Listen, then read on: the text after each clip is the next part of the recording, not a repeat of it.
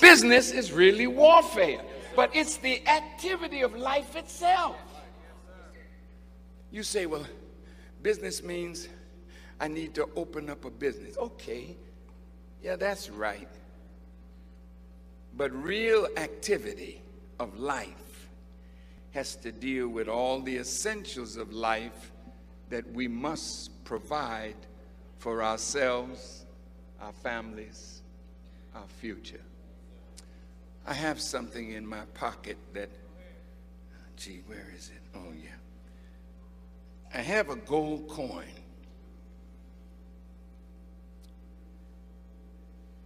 In 1961, I was sitting with Elijah Muhammad, and he took out of his pocket a gold coin. This is 1 ounce of gold, pure gold, okay? Mr. Muhammad put it on the table. He said, one day soon, this gold coin will be the new medium of exchange. White people are moving into the inner city. Some of them knocking on doors. They come with money and they ask you for your gold. Because what they're giving you, I think I got some of that in my pocket. Yeah, I think I do.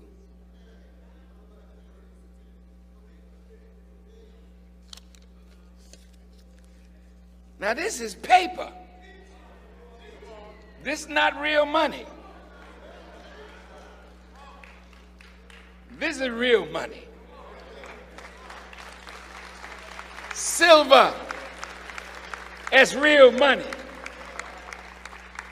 Now you young people, some of the elders in the audience, like myself, this used to be called a silver certificate. How many old people in here know when this was a silver certificate? And you know what it said on the bottom? Pay to the bearer on demand $50 in silver, the real money.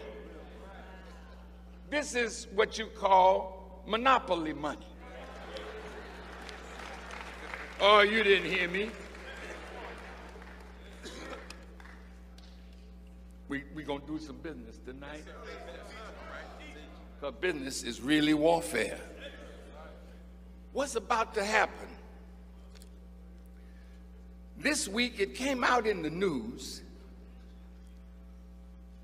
that in 2016, all the major banks are in trouble. It started with J.P. Morgan Chase, Bank of America, Wells Fargo. What makes a bank in trouble?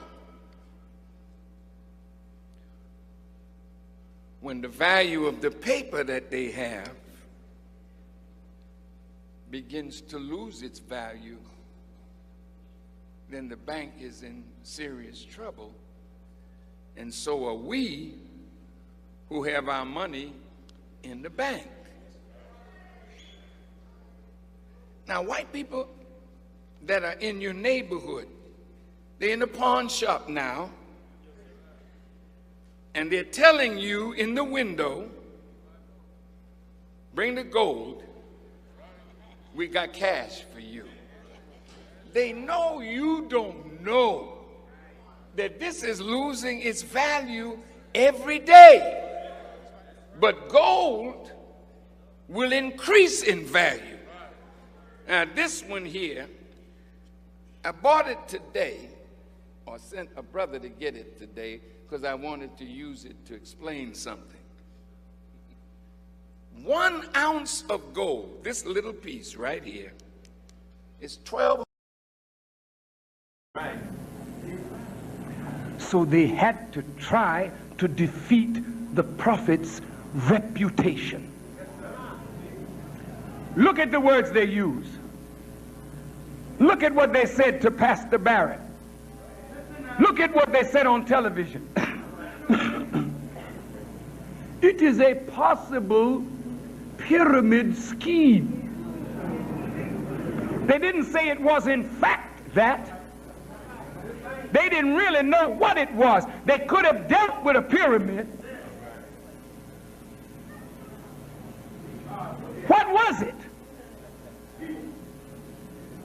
See? Force them to show their hand.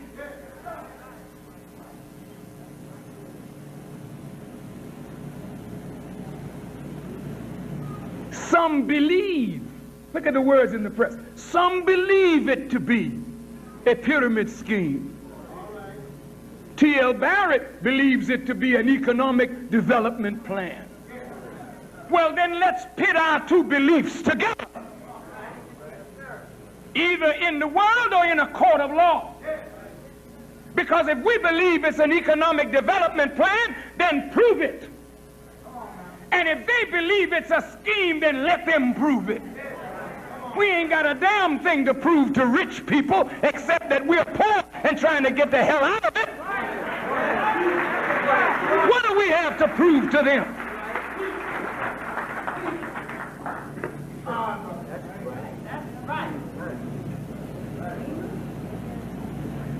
Did you ever ask the Chinese how they built Chinatown? How many of you talk to the Chinese? Mr. Wong, how did you get so many Chinese restaurants in the black community? Was it a business loan from the government? You didn't ask that, did you? Did you? The Koreans just got here a few days ago. Did you ever ask the Koreans?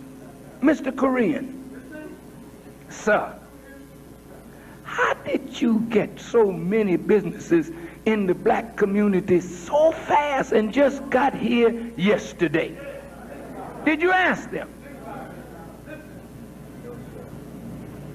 The Palestinian refugees, the Lebanese, the people of the Middle East whose area is torn up with war and devastation, and they arrive in America penniless.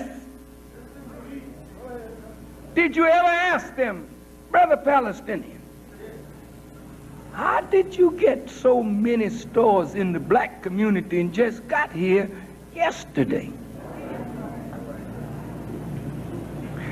The reason you don't know is because they're not on television. Didn't you hear the old rap, the revolution will not be televised?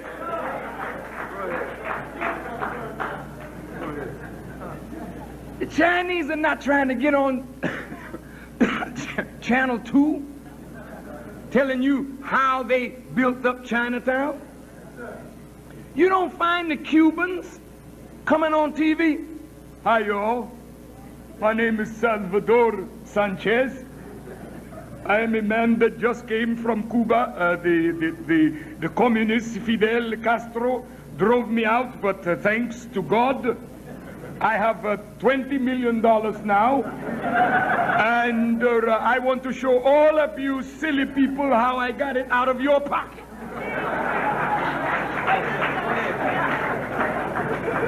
You don't hear from the Cubans. You don't hear from the Haitians. You don't hear from the Vietnamese. You don't hear from the Palestinians. You don't hear from nobody who comes to America and networks their money. Go ahead. Go ahead. Go ahead. They got a network going. Have you ever asked the Greeks, how come the Greeks own all these restaurants in every major city in America? Have you ever said anything to anybody? You ain't under any obligation to tell your enemy what you are doing to get the hell out from under his yoke. Go ahead.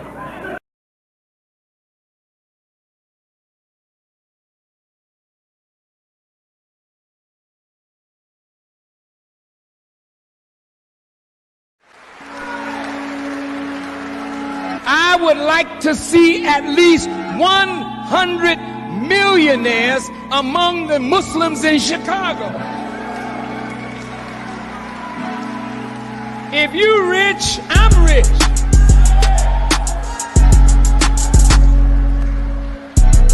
And I can always come and tell you about the needs of a nation. But if you poor and we poor, we can't be around here poor. I want to see rich Muslims.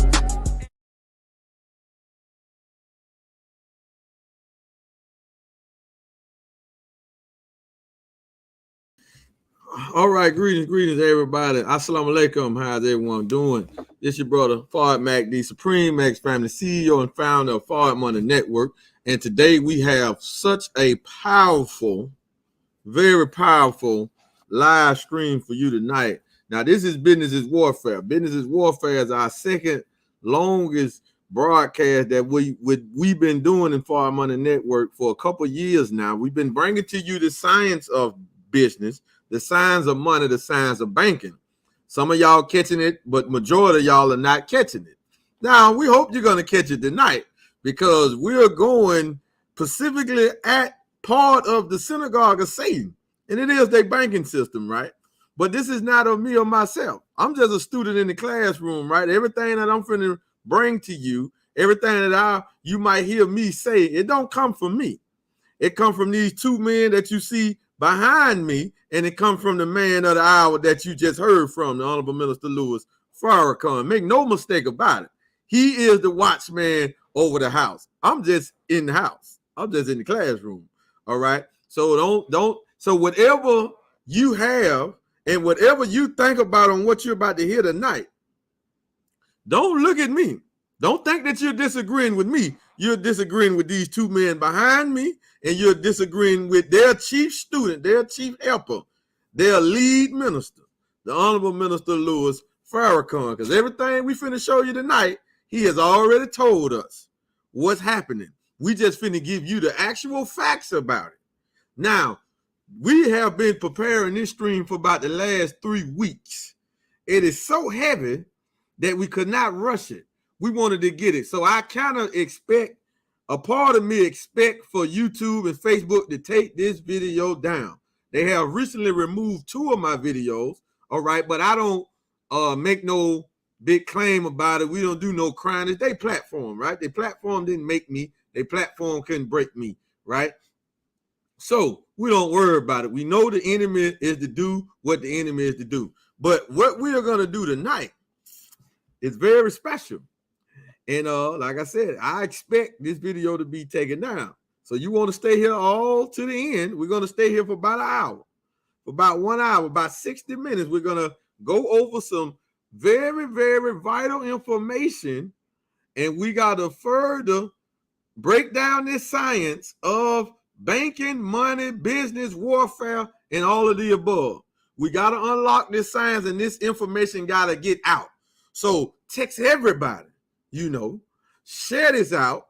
Go to YouTube. Go to our YouTube channel, Forward Money. Go there right now. And if you're on Facebook, go to YouTube. We want to get it up. And if you haven't subscribed to the YouTube channel, subscribe to the channel, because this is what you're getting. You're getting good content, and you're getting content that you can apply that will change your financial life, because that's what we about in Forward Money Network. We about talking about problems, but we about bringing a ready-made solution. And we about bringing a system where all you have to do is plug and play.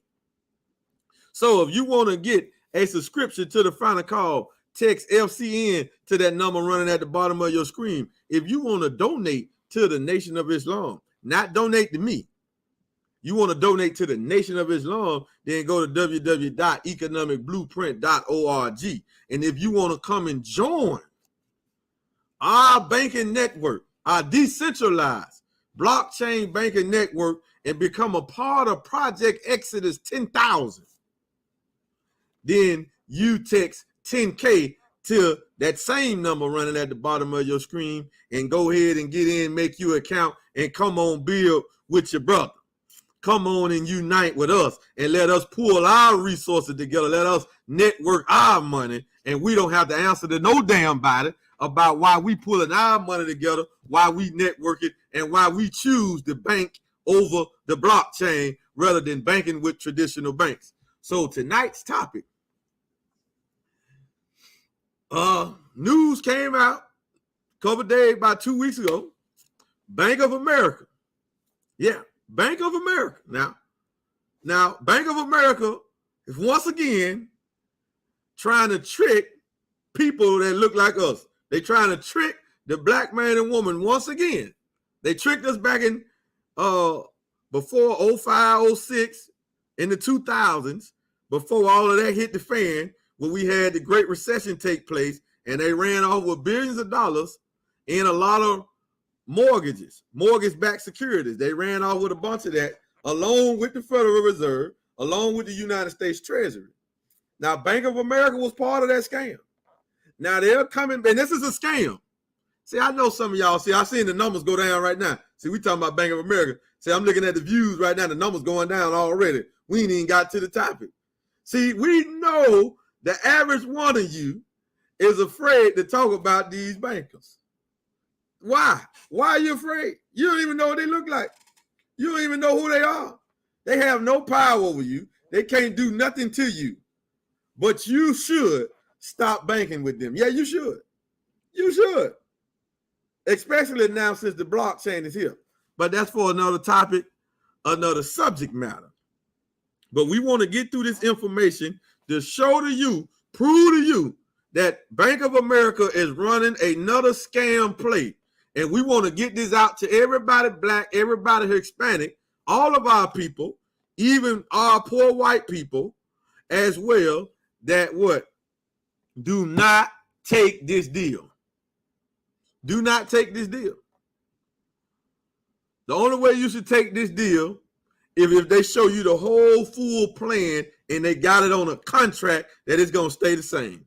If they can't do that, do not take a zero down mortgage, and they trying to trick you. And then we're going to go over the factors on why, and we're going to prove to you Bank of America comes from one of those elite banking cartels that the House of Rothschild set up. Now, before we get to that, let us just show you what the Federal Reserve did. Let us show you the economy. Now, you can continue to work for dollars all you want. This thing is going up in smoke. This thing is falling, and it is falling fast. You hear me? It is falling fast. So we want to look at the United States debt clock. Now, I want you to look at the debt. $30.9 trillion, America's national debt. That's 30 trillion. If you don't know how many trillions that is, then just write out 1 trillion. 1 trillion is 1 unit followed by 12 ciphers. 13 digits, that's 1 trillion. 30 trillion is tens of trillions, which is 14 units. 14 digits rather. All right? But check it out. It gets even better. That's the national debt. America's total debt is $92.8 trillion, nearly $100 trillion, nearly 15 digits. This is the debt of America. Now, these two men here foretold us about 90 years ago that when America and England went off the gold and silver standard, that their financial faith was sealed. Their financial doom, rather, was sealed. This is what they told us. Master Fard Muhammad and the most honorable Elijah Muhammad. The most honorable Elijah Muhammad. For those that don't know, Master Fard Muhammad is the man who came from the holy city of Mecca, Arabia, in 1930, made his first appearance on July the 4th, and declared independence for the black man and woman in North America on the white man's Independence Day. and his chief top student is the most honorable Elijah Muhammad, the most misunderstood black man, the most powerfulest black man to ever walk the planet other than God, Master Fard Muhammad himself. The ones who, the father of black consciousness is this man right here. Now they told us, most honorable Elijah Muhammad wrote books about it, made lectures about it, about the fall of the dollar, about the fall of America, and told us this.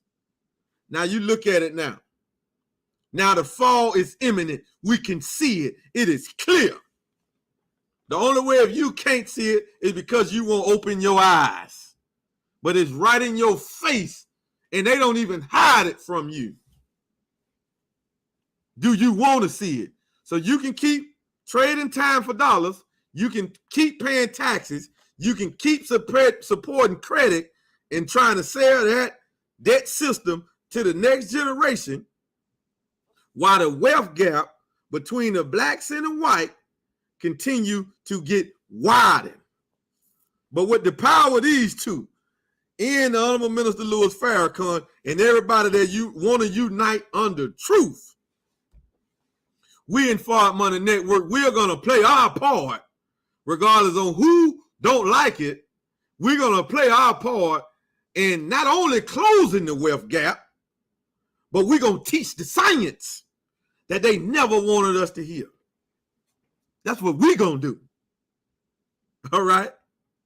And that's why we took the name Fard Money Network, New Millennium Bankers. Because these two men here bring in and they represent a new millennium. They represent a new thought. They represent a new black man. They represent the resurrected, elevated man. So we patent our organizations and our brands behind that name. So come unite and bank with your own. We have a solution if it's not the solution. But let me calm down, because I'm not the man of the hour. All right? I don't have no power, no authority. All right? All I have to do is submit to righteousness and just follow the guidance. I'm just a smart student that know how to hear what my teacher's saying and carry out and follow his instructions, because I listen to the minister to follow him. I don't listen for understanding. Understanding will come later. That's my teacher. That's my father. That's my guy. I listen to him to be guided. I listen to him to follow his principles and his morals. I don't listen for understanding. I know I could never understand with the body of knowledge that he has. I'm not going to understand it from first here, but I can apply it. I can start to change my life immediately if I'm willing to listen. I'm listening to follow. What he say? Oh, when this situation happened, this is what he did. Well, if I'm put in that same situation, I hope I can be like Farrakhan. What the Christians have, that wristband that they say, what would Jesus do? See, we got some in the nation that say, what would Farrakhan do? What would Farrakhan say in a situation like this? What would he do? What would he say? See, that's us on our band. All right? So let's get to it. We got a quick clip of the Honorable Minister Louis Farrakhan in 1995 talking about the Rothschild and how they set up these banking systems. Now, for those that don't know, Bank of America comes from Bank of England. And we're finna show you these facts. But we're going to listen to the minister for about 10 to 15 minutes real quick, and then we're going to come back, and then we're going to give you, as they call it, we're going to give you the actual facts, and we're going to give you the receipts. You can go and do the fact check all you want, all right? You can do that yourself, but we're going to give you that right after the minister breaks down how all of this stuff got started and who started it, all right? And this is not anti-Semitism. This is not Jew bashing. This is not hate on anybody, on religion, or any ethnic group. This is just a fact that the Zionist Jew rule and they control the banking system.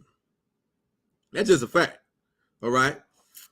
And it's really no knock on them. It's just to awaken us that we need to wake up. And I don't care about that. We need to bank black, where they still under the control of the SEC, the FDIC, and the Federal Reserve. So it's still really not black owned. All right, because they still got to go by the same policies and laws and applications and all of that the Federal Reserve implements. They can't abort that, or they will be shut down. All right. So, and I want everybody to understand, these international bankers, they don't have a face, and they are real gangsters. They don't play when it comes to their agenda. So we're going to play this clip from Savior's Day 1995. It just so happened to be titled Jesus Saves. Now, after this clip, we're going to get into the documentation on about what we're saying. Bank America is a scam and they running another scam, and how Bank America comes from Bank of Italy. Check it out. We'll be back.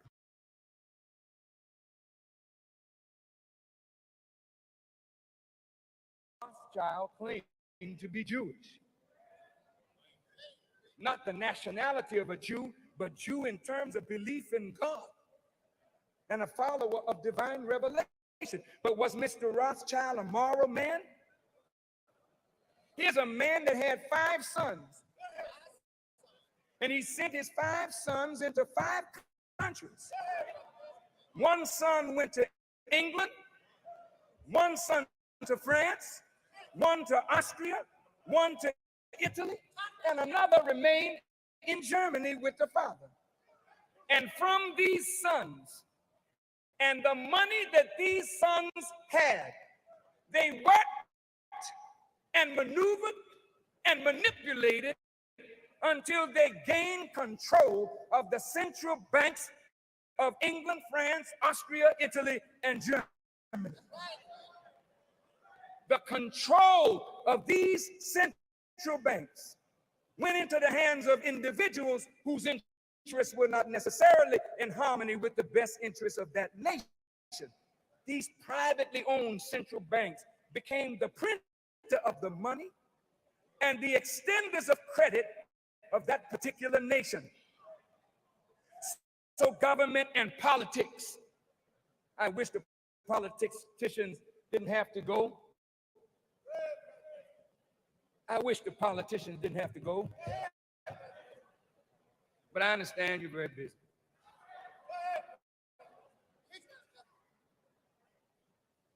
Government and politics in Europe was always controlled by the money interest. A house or a laptop? Which one do you think is worth more? Well, definitely not the house, because wars were fought. And in order to fight a war, governments had to borrow money. They borrowed money from these central banks. The central banks waxed rich because they loaned money and charged interest, then took over when one side prevails against the other. And when governments could not satisfy the indebtedness, then some of the natural wealth of that country flowed to the bankers. They would loan money to both sides in the conflict, because they really didn't care who won or who lost. I mean, it's hurtful, but a Jew, Rothschild, loaned money to Adolf Hitler. A Jew, Rothschild. God damn it, you better not open your mouth to call me no anti-Semite.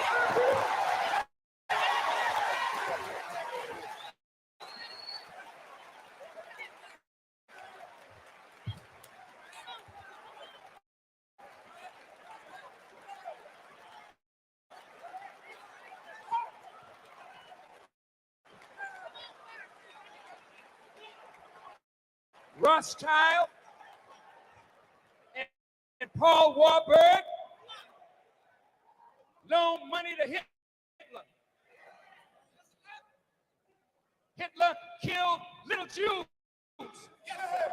while Rothschild and Warburg stayed in the finest hotels in Europe.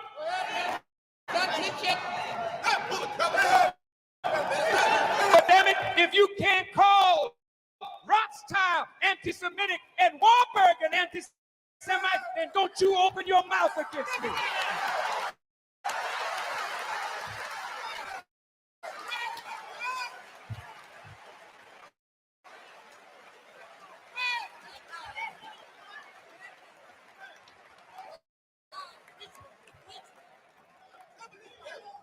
In a book titled None Dare Call It Conspiracy by Gary Allen and Larry Abraham on page 45, the question is asked, where do governments get the enormous amounts of money that they need? Most, of course, comes from taxation, but governments often spend more than they are willing to tax from their citizens, so governments are forced to borrow.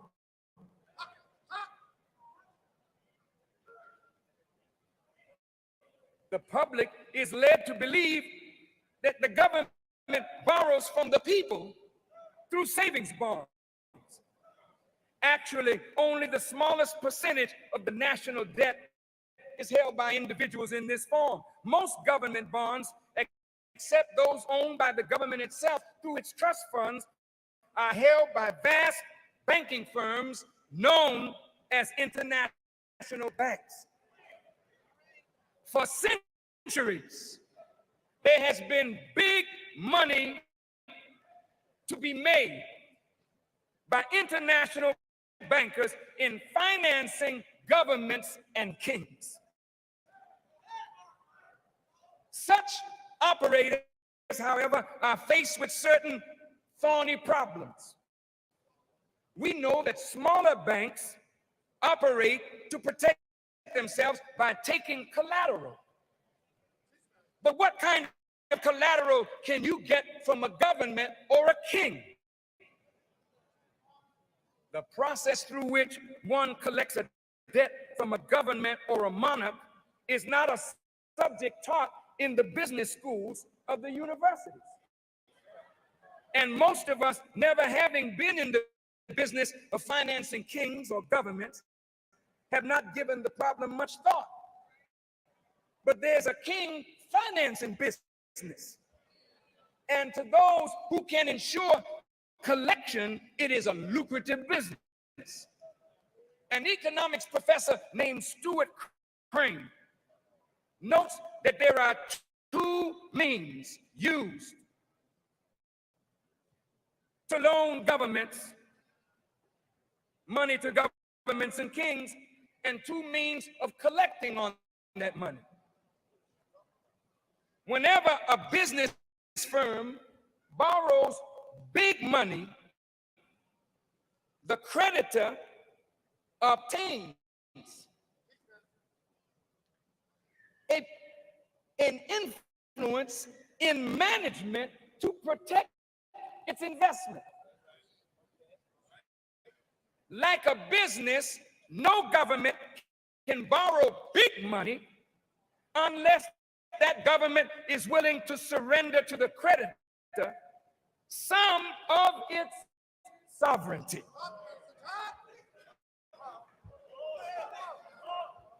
Certainly, international bankers who have loaned hundreds of billions of dollars to governments around the world command considerable influence in the policies of such governments. But the ultimate advantage, listen to this, that the creditor has over a king or a president is that if the ruler gets out of line, the banker can finance his enemy or his rival. Therefore, if you want to stay in the lucrative financing business of kings and governments, it is wise to have an enemy or a rival waiting in the wings to unseat every king or every president to whom you lend money. If the king doesn't have an enemy, you gotta be able to create one. Now I'm gonna show you why America is in so much debt.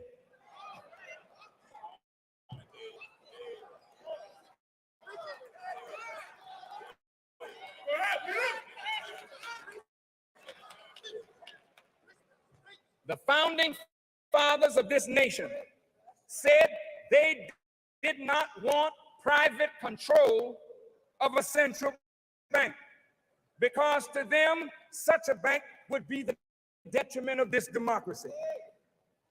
Thomas Jefferson saw a privately owned central bank as worse than an opposing army.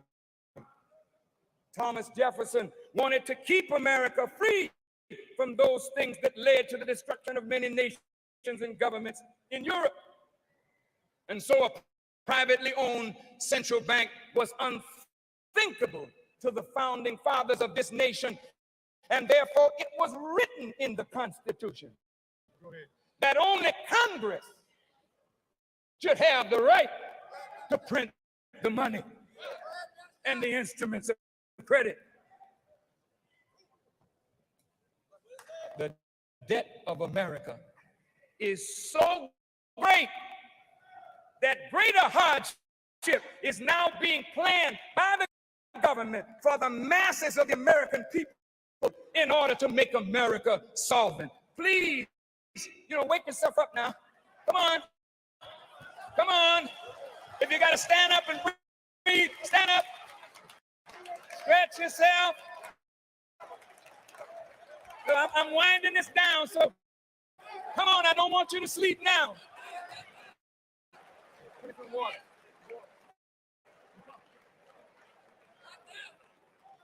Are you all right?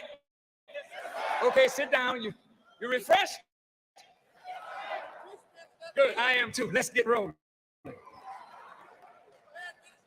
The great sweep in the November elections that brought the Republicans into the control of the Senate and the House of Representatives and the majority of the governor's mansion of this nation sent a message to the government that the American people are greatly disturbed over the course of this nation, and they all are seeking change.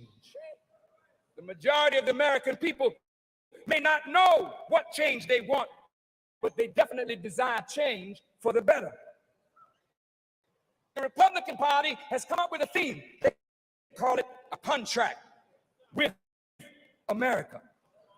This contract or agreement is to reform the government in such a way where great amounts of money can be saved. Spending is to be brought in line. Taxes are to be reduced. But this contract with America, to many, seems in gangster terminology to be a contract on America, where the contract says the poor and the weak must be eliminated. There is no way that the Speaker of the House, Newt Gingrich, or Senator Dole, or the Republican Party can solve the problem of the tremendous debt of this nation without exposing the root of this problem and the conspiracy that brought America to her wretched debtor condition. Every home needs a balanced budget. A balanced budget means that we do not spend more than we take in or have debt greater than our ability to handle without over borrowing that will destroy the economy of our homes. Serious financial problems are at the root of most of our domestic quarrels. The tremendous stress on the breadwinners in the American family is such that this stress leads to spousal abuse. Women abusing the men, men abusing their wives, the abuse of the children, the breakup of the family. So balancing the budget at home is one of the keys to a stable family environment. Since this is so in individual homes, it is also true in the larger context, the country, the nation. The nation called America is going toward $5 trillion in public debt. This debt is so great that in order to balance the budget, such drastic cuts have to be made that the poor and the weak will suffer the most. So this contract with America is a contract on America's poor. Even the thought of raising the age level at which time the elderly will receive Social Security to 70 years of age is a sign that the Social Security of those who have paid into it is in deep trouble. The government, if it raises the age limit to 70, is betting that most of those who paid into this fund will never live to see 70 years of age, and therefore Social Security will not have to be paid.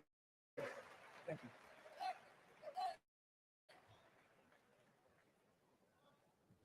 This is a disgrace. But what is the root of the problem? How did America get into this? So, all right, family. Now, that was pretty plain, right? So the minister break that down. That is Savior's Day 1995. You can get that whole lecture on YouTube. All you got to do is type in Farrakhan and Savior's Day 1995, and you can listen at that whole lecture. But we got to shift gears. We just wanted the minister to set the tone and break that science down on who set this up. Now, he said that in 1995, where America national debt, the public debt, that's the national debt, he said it was 5 trillion. I just showed you the debt was almost 31 trillion. So the debt has 6x since the minister made that election. 6x. Woo. This thing is getting deep, right? So let's move to the next part. Let's get to the subject. Now, we're going to close with something real short of the minister, because I know some of y'all realtors, some of y'all agents, some of y'all in the real estate, you're in the credit, you're in the taxes, you're into that. You're going to try to argue with me. But I want you to know, you're not arguing with me. You're arguing with my spiritual father, who I don't argue with. I just listen, I just hear and obey, and I just do it. All right? And I just follow. That's it. I ain't got time to analyze it, think about it, debate it, because it might fall against what I like to do or what I want to do. No, I'm a Muslim. And a Muslim is one who submits to do the will of Allah God. And the messenger of Allah, who is the Honorable Minister Louis Farrakhan, in this day and time, he is showing us how to submit and do the will of God. So I don't have a thought or ideal or opinion in the matter. I'm a Muslim, and that's what a Muslim means. All right. So let's get into it. So this article is coming straight out of Insight News, and it was released September the 15th. Bank of America offers 0 down payment mortgages to Black and Latino borrowers. Back to these bankers again, right? Bank of America announced a new 0 down payment, 0 closing cost mortgage solution for first-time home buyers. This is a trick, which will be available in designated markets, including certain African American and Hispanic neighborhoods in Charlotte, North Carolina, Dallas, Texas, Detroit, Michigan, Los Angeles, California, Miami, Florida. So they're gonna hit all regions. They're gonna hit the East Coast. They're gonna hit the Midwest. They're gonna hit the South. They're gonna hit the West Coast, and they're gonna hit the Southwest.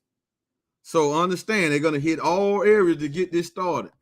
According to a news release, the Community Affordable Loan Solution aims to help eligible individuals and families attain an affordable loan to purchase a home. Now, why are they doing that? Now, this is a time that real estate sales are down. Single family home sales are down. But if you're not up on this, you don't know that. So this is coming in a time when it's down. When it was up, they wasn't giving out no loan like this. So since it's down, and America's going into a great recession, and these houses ain't selling, people are not taking out these big credit loans to get these houses. You got a few selling. I ain't saying ain't none selling, but it's not a lot. So the real estate market in that game is down. So Bank of America, the second biggest bank in America, one of the biggest asset holders in America, they launching a program to give out 0 down, but not just to all Americans. They want to specifically give it to Black and Hispanics. Now all of a sudden they want to give us some wealth and some free RAM to get some assets, right? Okay. The Community Affordable Loan Solution is a special purpose credit program which uses credit guidelines based on factors such as timely rent, utility bill, phone and auto insurance payments, officials stated in the release.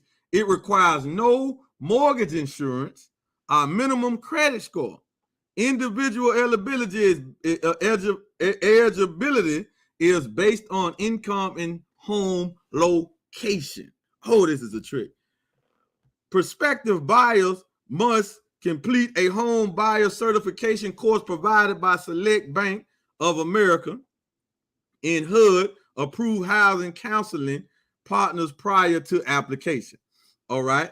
Officials say the new program is in addition to and complements Bank of America's existing $15 billion community home ownership commitment to offer affordable mortgages, industry leading grants and educational opportunity to help 60,000 individuals and families purchase affordable homes by 2025, because they see everything going down.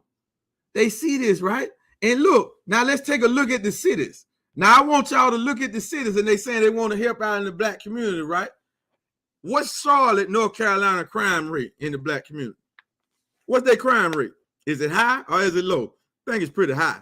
What's Dallas, Texas crime rate? And what's their murder rate? Is it high or is it low? What's Detroit? Oh, Lord, Detroit. Oh, Los Angeles. Oh, wow, Los Angeles. Miami.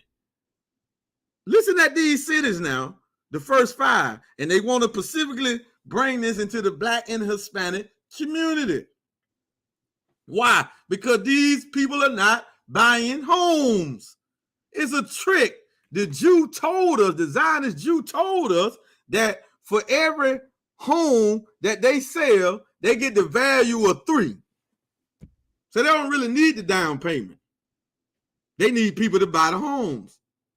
Oh man, this thing is deep. So let's go to the next article, because come to find out, Bank of America is not the only one doing this. You got other banks doing this as well. But let's see where they fall at on the total poll for scams. Let's take a look. Bank of America just launched a 0 down payment mortgage for first-time home buyers. Here are 9 more lenders with similar programs. Okay, let's just get to the lenders. Who we got? Bank of America, U.S. Bank, PNC Bank, Navy Federal Credit Union, Wells Fargo, North Point Bank, Citibank, Trusted, Elite Alliance Credit Union, Chase, JP Morgan Chase. So they ain't the only one. And they all giving out what? No private mortgage insurance, flexible credit, and some giving 0 down. Bank of America 0 down, U.S. Bank 3%, PNC Bank 3%, Navy Federal giving 0 down, Wells Fargo 3%, North Point. These are low. These are all low. Chase Bank giving 3%. So all of this is a trick. So now let's move forward. All right, let's move forward. And now let's go to the history of Bank of America. Because remember, at the beginning of this, you got to follow this, and you got to follow what the Honorable Minister Louis Farrakhan said in the video. All right, Bank of America, right? They are the ones, where did they come from? Well, their history say they came from the Bank of England. This is what the history say on Wikipedia, right? Now, Bank of Italy was one of the 5 major banks that the House of Rothschild set up that the minister was telling us about at the beginning of that last excerpt. So let's look at it. The Bank of America Corporation. Now, hold on. This is critical. Let's read this first part here. All right. Listen, family. Y'all need to listen. This is critical. Just this part right here. Because I know some of y'all think that the government can control the banks. You think that the White House or the president can control the banks. Here, right here, the first statement, it says, this article is about a commercial bank unaffiliated with any government for the Central Bank of the United States. See Federal Reserve System. Man, this thing is deep. All right. The Bank of America Corporation, often abbreviated as B of A or BOA, is an American multinational investment bank and financial service holding company headquartered at the Bank of America Corporation Center in Charlotte. Oh, it's in Charlotte too. How close is Charlotte to Virginia? Because the first slaves landed in Virginia, right? Ain't that what the first slaves, when the translated slave trade? Now somebody is on here. I know I got some brothers on here now. Is that right? Who on here? Brother Frank, Brother Lorenzo, Brother Jihad. Where did the first slaves land at? Didn't they land in Virginia? Ain't that where the first slave ship landed with the first load of slaves in Virginia, right? What, it was Jamestown, and not to be exact. All right. Now, how close is Virginia to South Carolina, North Carolina? It's on that mighty East Coast that the Jews so-called love. All right. The bank was found. Now, listen now. It's headquartered now in Charlotte, North Carolina. The bank was founded in San Francisco and took its present form when Nations Bank of Charlotte acquired it in 1998. So they say. It is the second largest banking institution in the United States after J.P. Morgan Chase, and the second largest bank in the world by market capitalization. Bank of America is one of the big four banking institutions of the United States. It serves approximately 10.73% of all American bank deposits in direct competition with J.P. Morgan Chase, Citigroup, and Wells Fargo. Its primarily financial service revolve around commercial banking, wealth management, and investing banking. But they don't allow us to do none of this type of stuff here. But check this out. One branch of its history stretches back to the United States-based Bank of England, the United States-based Bank of Italy, founded by this man, Johanna Armando. I'm bad with names, family, so just quote me on names. Anybody help me out with this? All right, but he's Italian. He was an American banker who founded the Bank of Italy, which became Bank of America. These the Jews, they put this man here. He probably a Jew out of Italy in 1904, which provided various banking options to Italian immigrants who face service discrimination. Originally headquartered in San Francisco, California, this man here acquired Bank of America in Italy in 1922. The passage of landmark federal banking legislation facilitated a rapid growth in the 1950s, quickly establishing a prominent market share. Now, you can go and read all of that yourself. Let's move down the timeline, and so here's some history for you. All right. The eastern portion of Bank of America franchise can be traced to 1784, when Massachusetts Bank was chartered, the first federally chartered joint stock-owned bank in the United States and the only second bank to receive a charter in the United States. This bank became Fleet Boston, with which Bank of America merged in 2004. 2 years later, it became North Carolina National Bank when it merged with Security National Bank of Greensboro. In 1991, it merged with C&S Saran Corporation of Atlanta and Norfolk to form Nations Bank. Man, this is deep. But listen, I want to go down here to its scam. Because remember, we said it's a scam, right?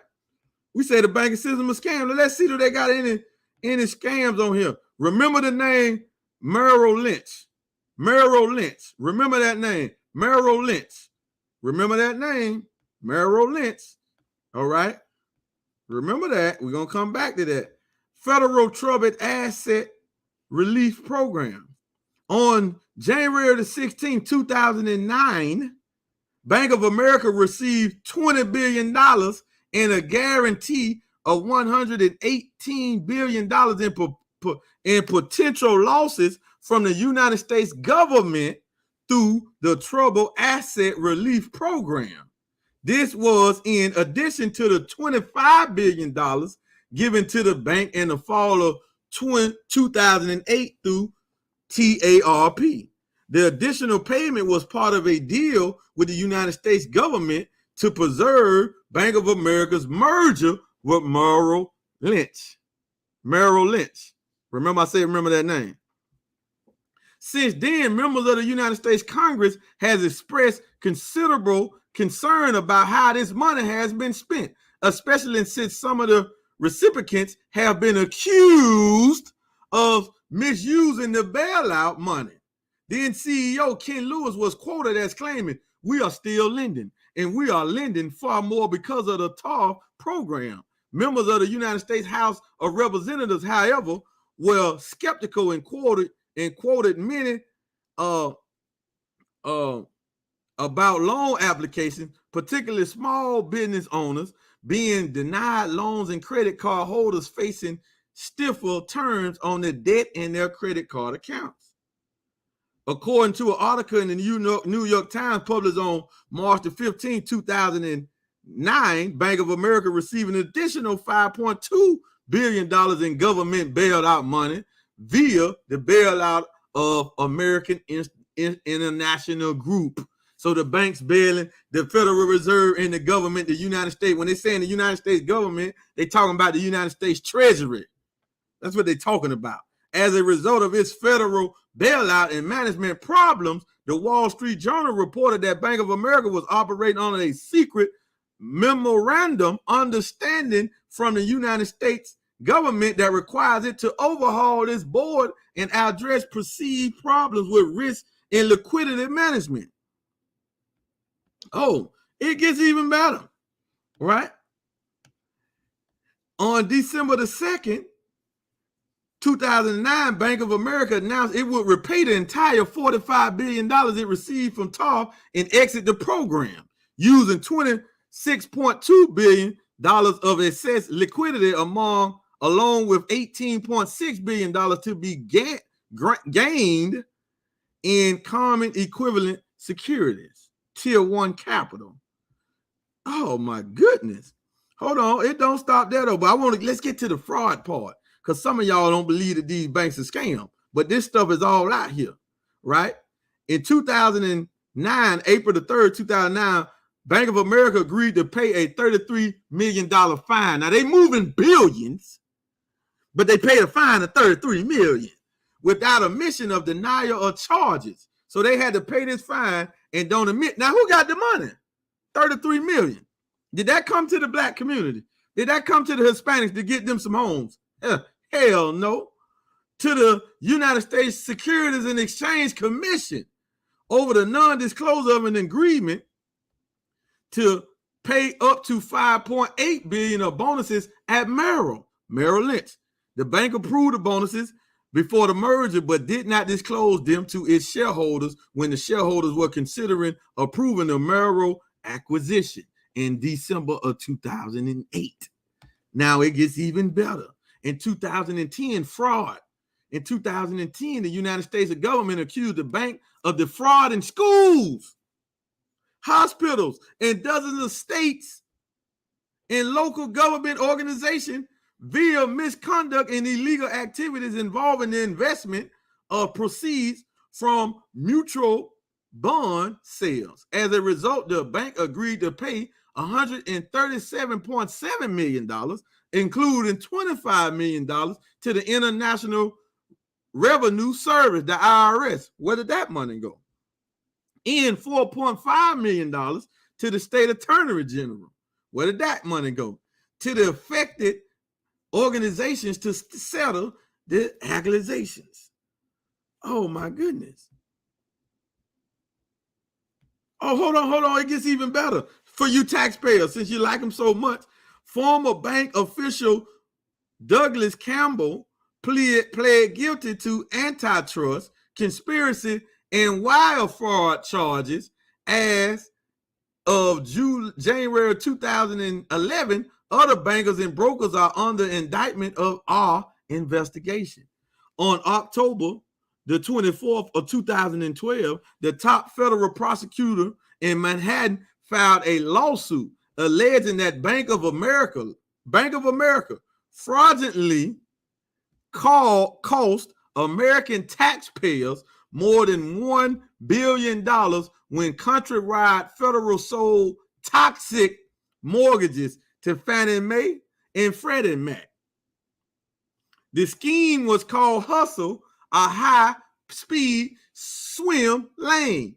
On May the 23rd of 2016, the Second United States Circuit Court of Appeals ruled that the finding of fact by the jury that low-quality mortgages were supplied by Countrywide to Fannie Mae and Freddie Mac in the Hustle case supported only intentional breach of contract, not a fraud. Oh, they backing each other up. Listen at the language. The action or civil fraud relied on provisions of the Federal Institutions Reform, Recovery, and Enforcement Act. The decision turned on lack of intent to defraud at the time the contract to supply mortgages was made. They bagged each other up. Now, let's get down here to more of this here. All right, what is that? Okay, that was the fraud decision to make, blah, blah, blah, return to expansion. $17 million settlement with Justice Department. So listen at this. All of this stuff is going on. They running scams. They running all type of crooks. Now remember, I told you, remember Merrill Lynch that they end up buying. All right. So remember that. But Bank of America is still in business, and we still doing business with them. Where clearly they got a lot of fraud going on. They got a lot of scamming going on, right? And they don't want to, and we don't want to boycott them. We still banking with Bank of America because they still the second biggest bank in the world. So let's transition, or not going to transition, but let's go to some more of this history of Bank of England and see how does it tie in to Bank of America. So let's look at Bank of England. Bank of Italy. Bank of Italy is the central bank of Italy and part of the European system of central banks. It is located in Rome. After the chart, so that show you where Bank of Italy come from. All right, that show you that Bank of Italy come from that, and it said that the United States base Bank of Italy was a branch that they outsourced. So it all ties back to the who? The Zionist Jew. We can't get around him. And you can go and look at the dates and see Bank of Italy was founded in San Francisco, California, United States on October the 17th, 1904. It grew by Brent's banking strategy to become Bank of America, the world's largest commercial bank, with 493 branches in California and assets of $5 billion in 1945. Now check this out. Remember Merrill Lynch, and remember where it talk about the subprime loans. Well, Bank of America got caught up in that. We're coming to a conclusion, family. Right? I might have to do a part 2 of this, but we're coming to a conclusion. But for all of those that say a zero mortgage is good, okay. I told you, I don't have an opinion in it. I'm just going to do what Mr. Farrakhan say do. Okay? You take it and let it alone. Now listen at this. AmeriQuest, AfriQuest. How you say it, baby? AmeriQuest mortgage does not exist. Now, listen what it's saying. Now, it's hard to find anything about this. AmeriQuest was with Countrywide in Bank of America that gave out those subprime loans prior to the 2008-2009 crash. But you can't really find none on AmeriQuest nowadays. They trying to take it down. Because remember, we black people, we are quick to forgive our enemy, but you won't forgive your brother for stepping on your shoe. Kill him, but we forgive the enemy real quick. All right? We forgive him so quick. Just say, oh, it's all good, man. It is what it is. But your brother stepped on your fruit, man. Bump that nigga, man. I see that nigga. I'm going to kill that nigga, man. You feel what I'm saying? I'm going to kill that. I'm going to do that, man. He stepped on my shoe, man. Look what he did to my Jordan. Look what he did to my Air Force Ones. That's how we do to our brother. Oh, man, he flashed. He threw the gang sign on me, man. Oh, man, he can't sell dope on this corner, man. He sold dope on my corner, man. I got to kill him. Right? You got to kill him. But let the enemy rape us for millions and billions and trillions of dollars. And we, oh, it is what it is. We got to bank with somebody. We don't got to do a damn thing with them. It's time for us to stand the hell up so their system can fall. That's all we have to do. Unite and stand up, and their system will fall overnight. But as long as we got people that's encouraging mortgages, encouraging jobs, encouraging taxpayers, paying taxes, banking with them, then it's going to take us longer to do it. They're going to continue to rule. Right? They're going to continue to rule as long as we don't come together under one ecosystem. And the blockchain provides us the best simple way to do it. Because the blockchain don't see color. It don't see location. It don't see none of that. It is borderless. But some of y'all still ain't banking on the blockchain yet. You're running from us. And we trying to bring you out of the synagogue of Satan. Their banking system is what finance they hold all of their political system, all of their religious system, all of their education system. It's the banking system which finance it all. Oof, it's deep. All right. AmeriQuest. AmeriQuest mortgage was the largest United States subprime mortgage lenders until its dissolution in September 2007 among the first mortgage companies. Roland E. Arnold, the owner of ACC Capital Holdings, he became a billionaire with AmeriQuest Mortgage. Where you get that money from? But listen, he was the co-founder of the Simon Wiesenthal Center. You need to go look up the Simon Wiesenthal Center if you don't know what that is. Those are the Zionists. The Simon Wiesenthal Center is connected to the Anti-Defamation League and it's connected to the Southern Poverty Law Center. Yeah. Right? All of this is connected and it ties back to the Jews. It ties right back to the ones who control all of these bankers. ACC Capital Holding. Now check this out. Y'all see that? He was he didn't go to jail. He made off about $15 billion with the subprime mortgage loan. So for those that don't know, the subprime mortgage loans was those bankers under AmeriQuest, Countrywide, Merrill Lynch. That's what tied Bank of America into it is Merrill Lynch. Remember we read Merrill Lynch had the merger. Bank of America bought them out. So they became a part of Bank of America, right? And they was in with the subprime mortgages, which meaning that they was qualifying people to get these mortgages that had low income, low credit scores, and they knew they was going to default on the loan. So they default on the loan. They make all this money off of the loan, working with the banks. See, this all is a hand-in-hand type of scam. Working with the banks. Then you got individuals like Roland E. Arnault, who is a Zionist Jew, get off with $15 billion, and they rape the black community because we were the ones getting it. Now listen, we have a set of books that we've been encouraging you to get. Here's the number one book you should get. The minister stood up in Atlanta, Georgia in 2010 and said this book breaks down and goes to the root of white supremacy. Now, some of y'all hear that and think, oh, that's racist. I don't want white supremacy. That's right. Y'all talking racist, man. It ain't a black or white thing. That's all it is a black and white thing. It's a damn lie. If it ain't a black and white thing, yes, it is. Right? It's a black and white thing.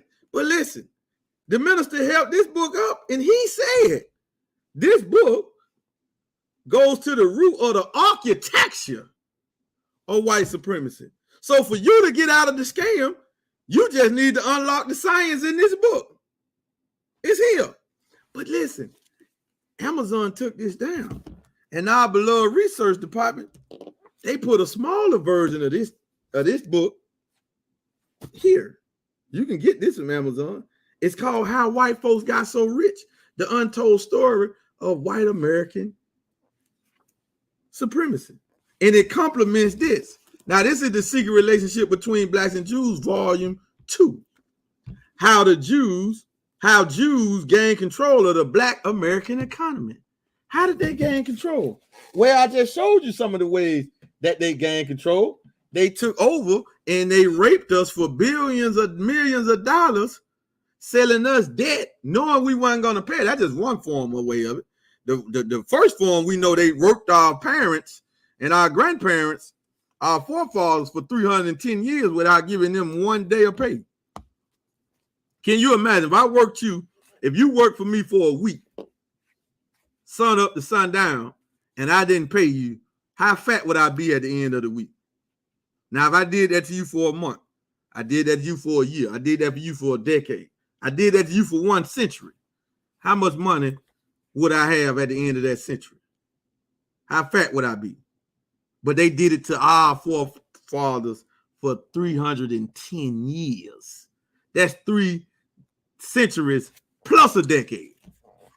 And we don't want to come out of them because it's the education is all in us. It's called black inferiority, white supremacy, white superiority. This is how we look at them. We don't look at them on an equal basis. That's why so many people will hear us talking like this. Oh man, them niggas racist. Them niggas racist, man. They don't like white folk, man. They always blame. Ain't nobody blaming the damn white man because he don't have no control over me.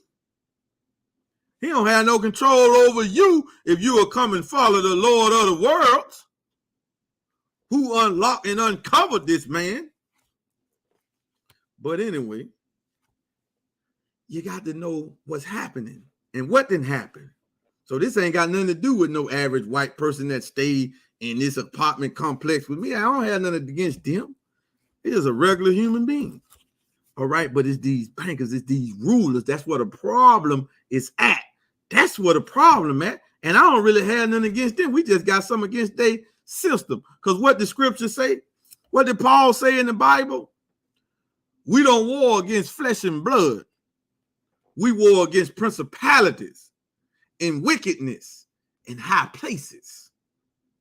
Right? That ain't got nothing to do with color because the person who run it will change. Father Rothschild is not here. He dead. Been dead. But his system, what he set up through his sons, is still running. So we ain't talking about him. He dead. And a lot of the Rothschilds done died. But they family and that family name, they still in control. So it's about the systems that they produce. It's about that mind that we after, that you got sitting up in you. That's why you won't come unite and you ain't hit the text blast yet. Because you want to fact check us. No, fact check who you're banking with. We're giving you the facts, but you still gonna bank with them and be proud of it. But then tell us, man, them run the scam. I don't want anything to do with that. Hey, hell, you gonna be selling mortgages and doing taxes. You're a tax agent telling us we're a scam. Man, please. You work for the scammers. Whether you got your own practice, whether you're a real estate agent, broker, it don't matter. You work for them. That's just a fact. So let's go.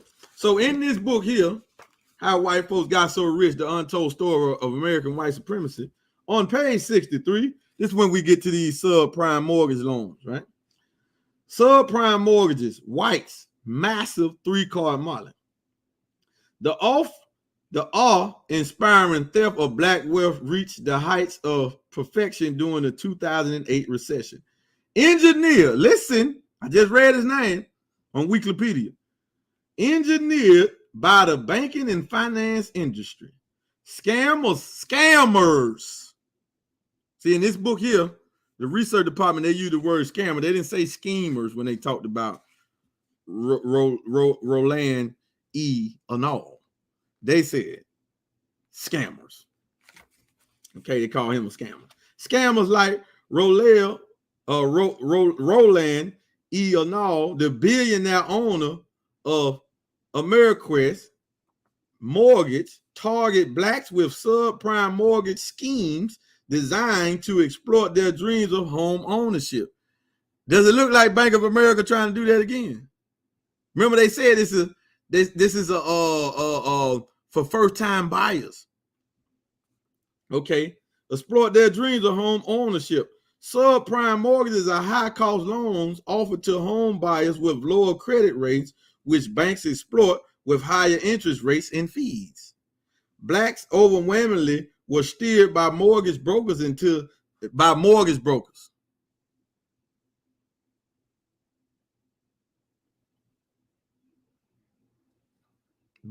brokers.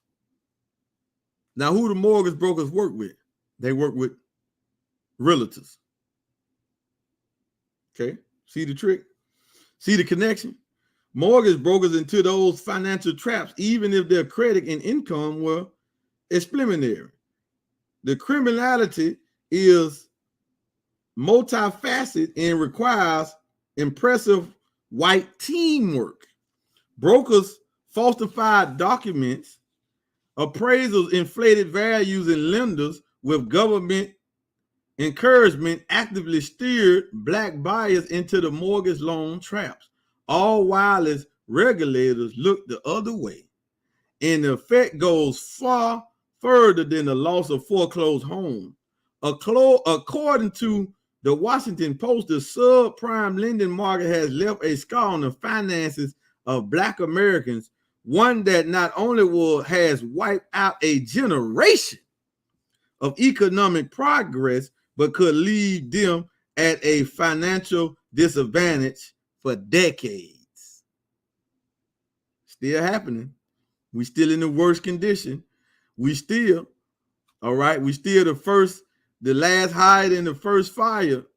We still ain't bridging the wealth gap because we ain't getting educated. See, we done forgot about this because it was over 10 years ago, so we really let them go. The profoundly influential credit scores were systematically, see, they do everything in the system. We ain't caught on yet. Systematically damaged in the mortgage schemes, thus affecting auto loans, college education loans, future home loans, and even decisions to marry and start families. So they affected the whole Black family with this. That's why you got a lot of single brothers and single sisters running around right now. A foreclosure may remain on a consumer's credit report for 7 years and can lower a credit score by 85 to 160 points, a financial hit second only to bankruptcy. During that time, if the victim needs any financial services, the fees and interest rates will be astronomical. Black borrowers in Atlanta were charged $745 more in fees than white borrowers with similar credit histories and qualifications. Now, I'm finna start calling out these banks that had a part in this. In 2012, Wells Fargo paid a $175 million settlement following revelations that mortgage brokers working with Wells Fargo had charged more than 30,000 Black and Latino borrowers across the country higher fees and rates than they had charged white borrowers who posed the same credit risk. A Pew Research Center study found that the wealth of Blacks plunged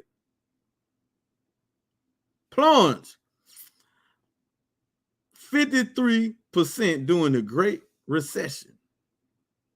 And y'all call us crazy for talking about money and getting money and coming to you and inboxing you about money. No, you need to be looking at what we're trying to show you. You need to be looking at it real soon. You need to take your income and your financial situation serious. If you don't do it for yourself, you need to do it for your future generations. Driven by falling home prices, Black neighborhoods generally had 5 times as many cases of subprime mortgages as white neighborhoods. High-income Blacks were 3 times more likely to have a subprime mortgage than low-income whites. Nearly 8% of Blacks who bought homes from 2005 to 2008 have lost them to foreclosure, compared with 4.5% of whites. Currently, the Black home ownership rate is about 41%, far below the rate of 72%. The land loss did not disappear into thin air, but was transferred, much like it was with the land grab schemes against Native Americans, back to the coffers of white mortgage banks and brokers. So those mortgage-backed securities. Poster boy of mortgage lending schemes and scams, Roland E. Arnold, the endlessly creative con artist, had a field day when they realized they could prey on Black people's desire to enjoy the American dream of home ownership. Is that really the American dream? Or is it the American dream to be free? I thought the American dream was to be free. So who put that out there that the American dream was to own a home? Who put that out there? Where'd that come from? Because I would rather be free than just own a home and not be free. So I thought it was the land of the free. Shit. Yeah, but sometimes they saying the American dream is, they switched it. Now they changed our mind to think the American dream is to own a home and raise a family and just work till you die. No, American dream is having equity, freedom, passive income, ownership, to do what you want to do, freedom, time, location, money, all of this, time freedom, location freedom, money freedom. This is what the American dream really is. So they made and switch our mindset to what we should be going after. So we rather have a home than to be free. Boy, that's a hell of a thing. Give me a home and I'm gonna continue to work for the enemy and pay these taxes till I die. But I'm gonna say I got the American dream. I got a home. Boy, we silly as hell. We don't get it. The man has tricked us real good. They did a good job. Yeah, they did a good job. All right. The subprime mortgage scheme involved a cross-section of white financial firms selling high-rated but bad-risk bonds to investors with promises of huge gains. So they had a whole type of scam going on with the, remember we teach all the time, if you come to Project Exodus 10,000, we teach every night that bond, if you get a bond, that's a debt. You buying somebody debt. So if somebody default on the debt, then your investment goes down the tank. But you only trade paper, cash, for another form of paper, a bond. So if you buy this bond and the bond who got to pay the debt default on it, then hey, you don't get your money. Okay. Listen, financial predators with prominent names like Bank of America. Oh, right there in bold. Man, all praise be to Allah for the Nation of Islam Research Department, man. Praise be to Allah for them. But we ain't caught on yet, and they coming back out with another trick, another scam, but they know we don't like to read. So they're going to be able to trick us once again because they know the dollar about to bottom out. So they're trying to get as many people in debt as possible so they can do something with some of this asset cash that they got. And they want to put us in debt for the next 40 and 50 years. They even talking about 500-year mortgages. Oh, my goodness. Financial predators with prominent names like Bank of America, Ameriquest, and Countrywide. Remember, this was all in the article now that we were reading. Stirred blacks into high-interest mortgages on overappraised homes. So listen at the trick. It was like a double, triple whammy. The appraiser would come and lie and put the home up. So the home's supposed to be worth $200,000. The appraiser would come and lie and say the home worth $250,000, $300,000, $350,000, $400,000. But the home really worth $200,000. Then they would give us high interest rate on top of us being overcharged for the home. Oh my goodness. God damn. The companies bundled these fraudulent mortgages and armed with stellar ratings from prestigious credit rating firms like Moody's and Standard & Poor's successfully market these investments all around the globe. The predictable collapse of the housing market in 2008 and the terrain of foreclosures in black neighborhoods served to transfer billions of dollars from black pockets to whites. Because remember, when it's a crash or it's any type of recession, anything like this, hey, the wealth don't just vanish and evaporate. It transfers and goes into somebody else's hand. So this is what happens. Billions of dollars. All right. No high-level Wall Street bankers did time. No high-level Wall Street bankers did time for a clear conspiracy that went as high as the White House and is estimated to have cost America between $6 and $14 trillion.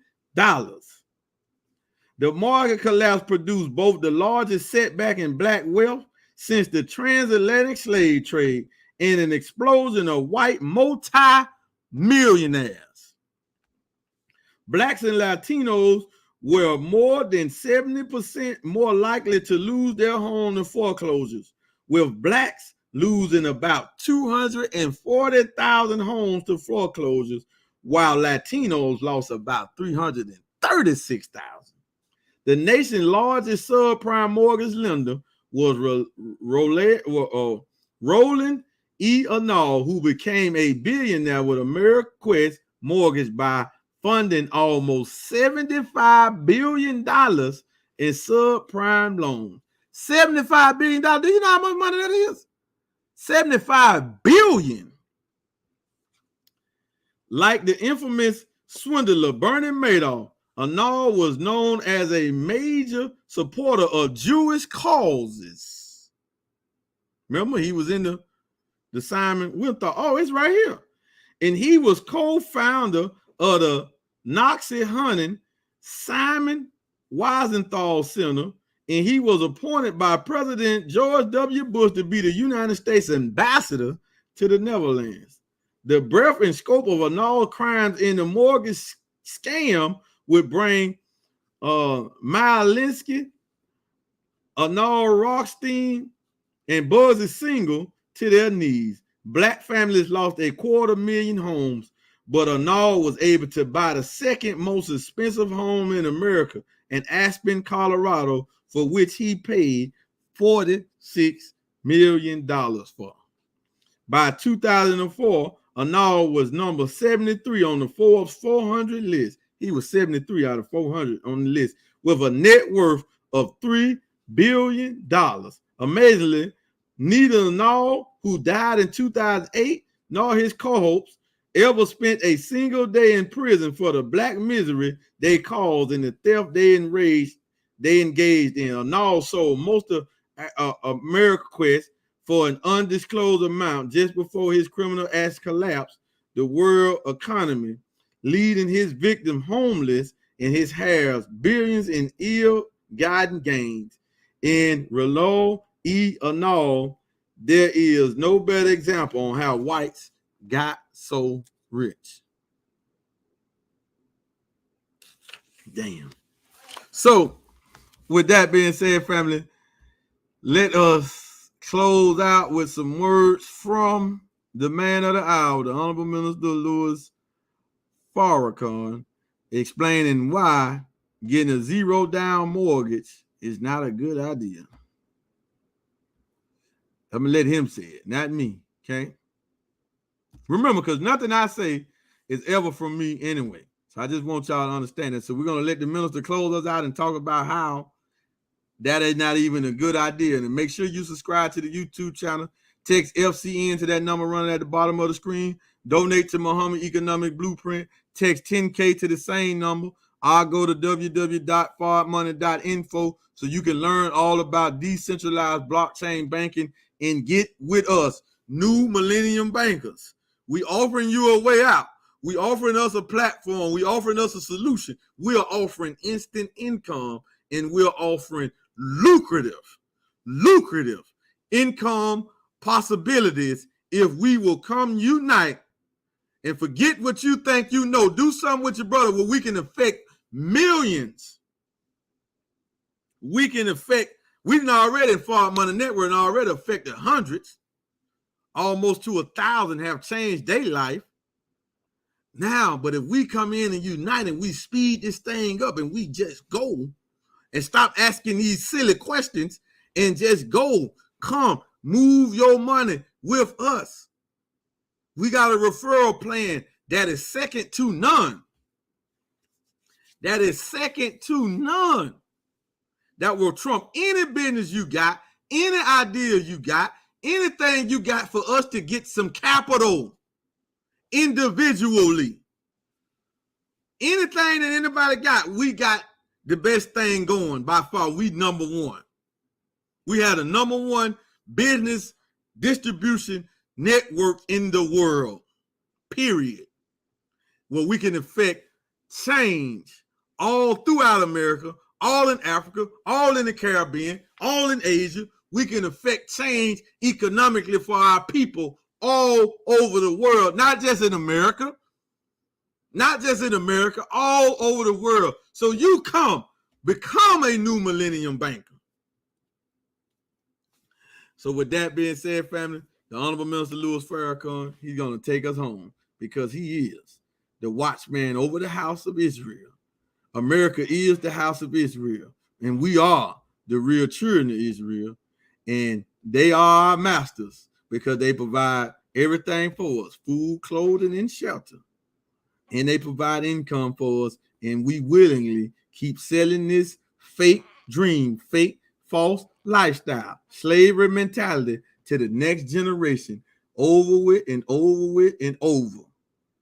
And these are the broadcasts and the streams that we need to be having. Why? Because we ain't just talking about a scam going on with Bank of America. No, we have a solution. That ain't finna make nobody rich. Talking about no zero down. That ain't finna do that for none of us, not even the people doing it. But we have a system. See, the minute we start thinking systematically, the minute we start operating on a system network level, the minute we can be breaking millionaires every single month, multiple millionaires every single month, and we can eventually break billionaires. Right now, while we have a short window, while the dollar still has a little value. So we got time. We probably got about another 3 years.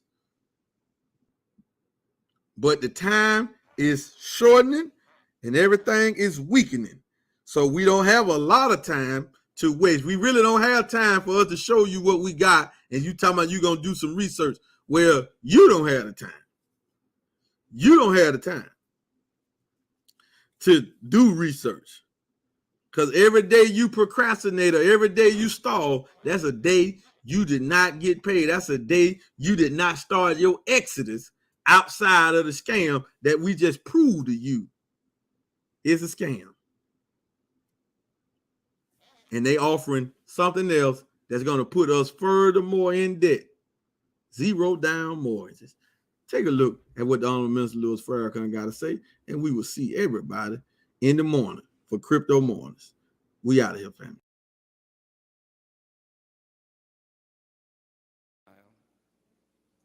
All are under the power of sin. You want to know how I acquired this triplex in Brooklyn while I was only making $36,000 per year? Yes, only $36,000. Wow. Whether Jew or Gentile, all are under the power of sin. It goes on. No one is righteous, not even one. No one is really wise. No one is seeking God. All have turned away. All have become useless. No one does good, not a single one. But wait a minute, Farrakhan. Wait, I didn't write this now. What is good? We love to say, that's a good person. What makes them good?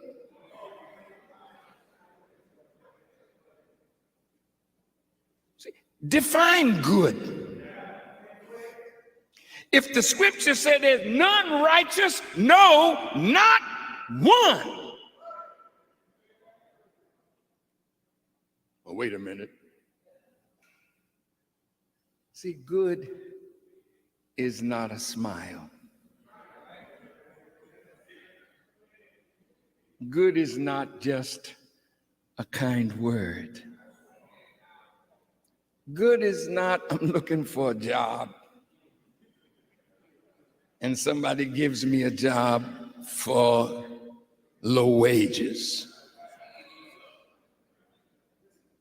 I went to the bank the other day and they told me I could have a house and I didn't have no credit and I didn't have to put down no money and I'm in a house. Ain't that good? But you're in the street today because it looked good, but it was not good. Many things can look good, but good is good if it is in accord with the will of God, who is good.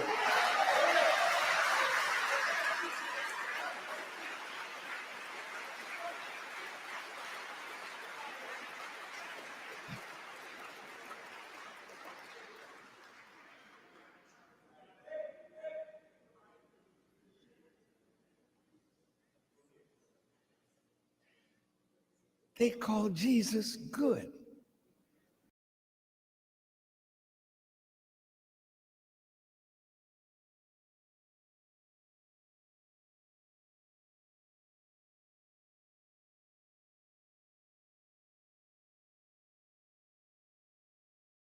Satisfied until we have the college level on the University of Islam.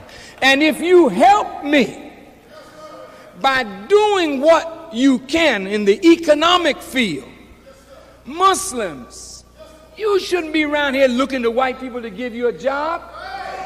Go look in Message to the Black Man and the Economic Blueprint, and if there are 4 of you, 6 of you, 8 of you together, pool your resources, go into business and set up business all over the south and west side of Chicago.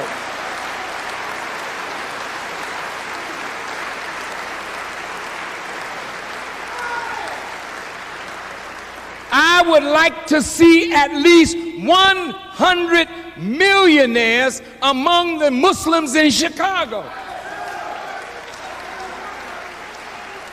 If you're rich, I'm rich.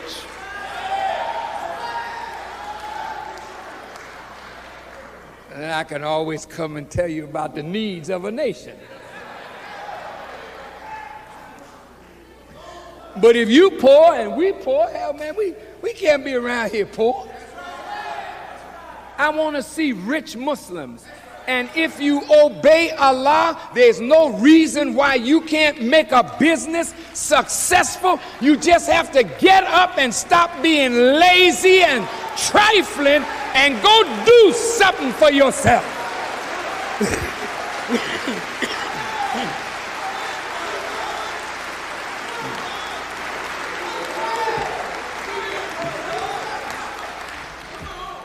So we're going to put together a trade delegation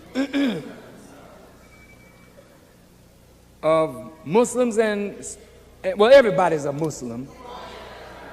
But there are those who have not confessed Islam, but they are brilliant in business. We made promises to governments, and we're going to fulfill our promise. There's all kinds of investment opportunities. Diamonds, gold, uranium, oil.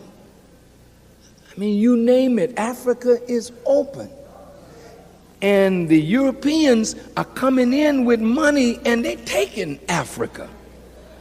Well, why can't we go? They're ready to sell gold mines to us. They're ready for us to develop gold.